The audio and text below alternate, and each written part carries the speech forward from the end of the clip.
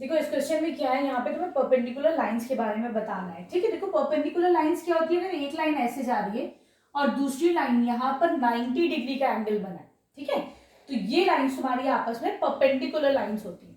ठीक है, देखो एग्जाम्पल देख लेते हैं। ये जैसे बुक है, इसका एक ये वाला एज है और एक ये वाला सिरा है, दोनों एक ये वाला एक ये वाला, दोनों 90 डिग्री एंगल बना रहे। इसका मतलब ये बुक के जो एजेस होते हैं, ठीक है, ये क्या होते हैं, ये परपेंडिकुलर होते हैं आपस में।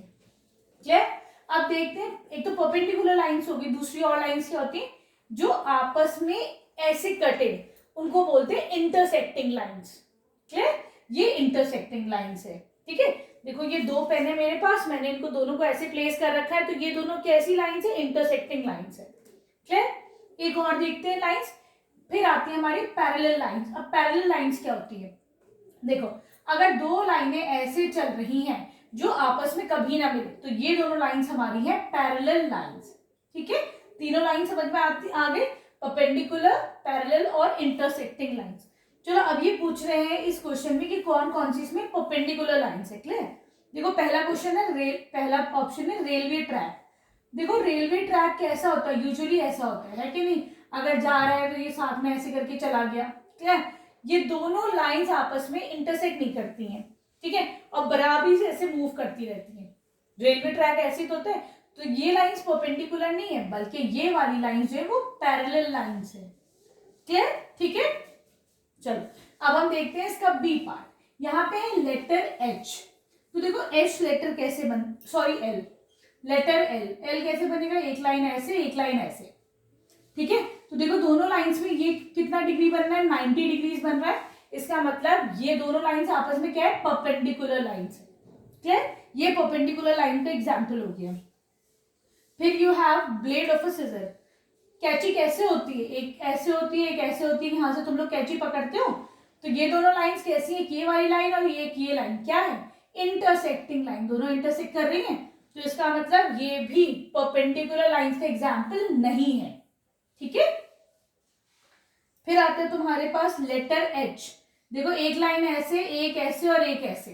ठीक है, एच में क्या है, अगर तुम इन दोनों लाइंस को लेते हो तो ये दोनों लाइंस तो पैरेलल है, ठीक, लेकिन अगर तुम एक ये वाली लाइन और एक ये वाली लाइन लेते हो तो ये क्या है, ये दोनों परपेंडिकुलर लाइंस है कि नहीं। ठीक है, देखो इसमें अब इसके अंदर ये तुम कौन सी लाइन लेते हो, अगर हम ये दोनों लाइन लेते हैं तो पैरेलल लाइन, लेकिन अगर मैं बोलूं कि मैं तो भाई ये वाली लाइन लेती हूँ, एक ये वाली लाइन और एक ये वाली लाइन, तो क्या है, ये तुम्हारा 90 डिग्री एंगल बन रहा है, यहाँ पे भी 90 बन रहा है, तो ये आपस में परपेंडिकुलर है। ठीक है, समझ में आ गया कहाँ पे परपेंडिकुलर लाइन बन रही है, कहाँ पे इसमें पैरेलल लाइंस बन रही हैं। चलो अब हम देखते हैं अपना E part, edges of a table.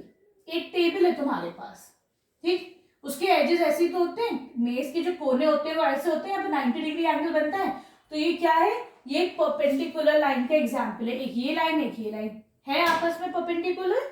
ठीक, चलो अब हम चलते हैं इसकी क्वेश्चन नंबर 2 पे।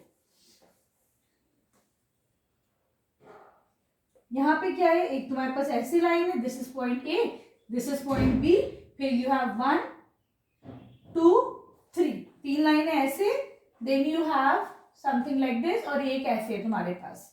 ठीक है, इसको यहां से हटा लेती, रुको, ये लाइन ऐसे।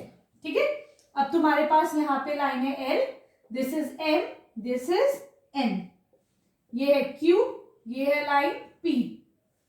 ठीक है, चलो अब ये पूछ रहे हैं observe the number of lines perpendicular to the line A B. A B से परपेंडिकुलर कौन कौन सा है, तो देखो जब तुम ये फिगर देखोगे, ये ए बी है, एक तो परपेंडिकुलर ए बी पे परपेंडिकुलर लाइन एल है, एल लाइन ऐसे जा रही है और ए बी ऐसे है, तो देखो 90 डिग्री एंगल बन रहा है, एक तो एल परपेंडिकुलर है, दूसरा देखो A B is perpendicular M, या बल्कि बेटर ऑप्शन ऐसा है, ऐसे लिखो L is perpendicular to AB, फिर लिखो line M is perpendicular to AB।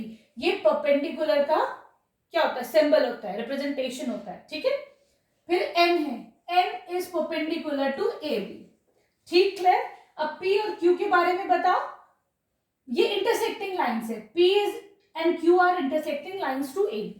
ठीक, आगे समझ में। चलो अब हम चलते हैं इसकी क्वेश्चन नंबर 3 पर।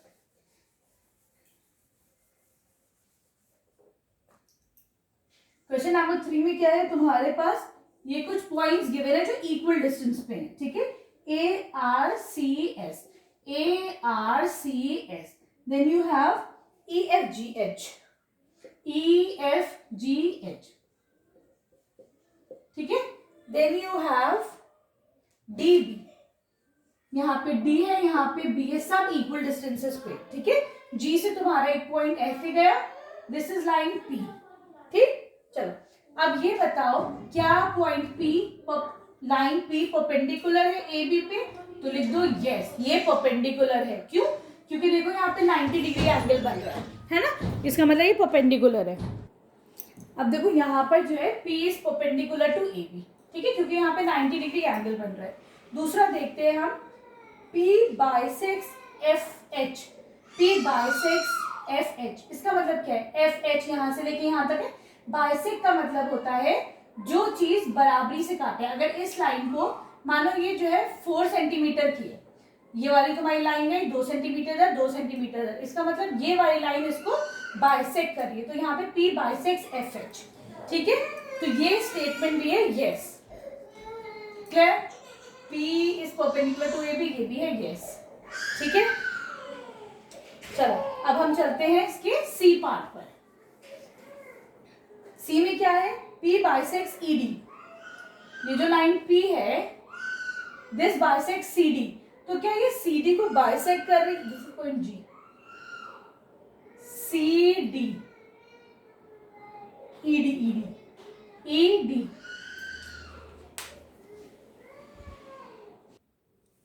चलो हम करते हैं इसका सी पार्ट। इसमें क्या है, C bisects E D, P line bisects E D, E D कहाँ है, ई डी, तो ऐसे देखो ई से एफ, एफ से जी, ठीक है, सपोज करो ये भी 1 सेंटीमीटर, ये भी 1 सेंटीमीटर, ठीक है, एच डी, ठीक है, ये भी 1 ये भी 1, क्योंकि सब इक्वल स्पेसिंग है, तो पी जो है बाइसेक्ट कर रहा है ई से डी तक, तो हाँ इक्वली इसने 2 सेंटीमीटर यहाँ काटा, 2 सेंटीमीटर यहाँ काटा, तो this statement is again true, ये स्टेटमेंट भी तुम्हारा ट्रू हो जाता है, ठीक है।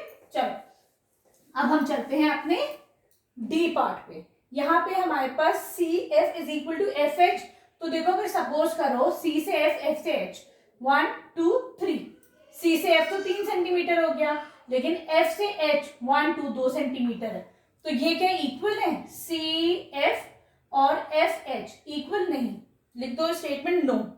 फिर तुम्हारा ई पार्ट है A G is equal to G B, तो ई पार्ट में है A G is equal to G B, नहीं कैसे, 1 2 3 4 5 6, ये तुम्हारा 6 सेंटीमीटर हो गया, जी से बी 1 2 3 3 सेंटीमीटर हो गया, तो क्या ये दोनों इक्वल है, तो लिख दो no they are not equal.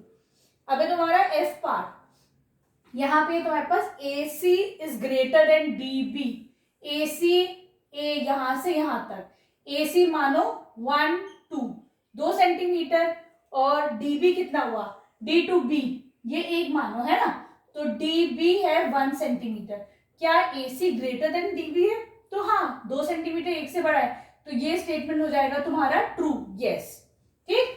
चलो अब हम करते हैं इसका लास्ट स्टेटमेंट।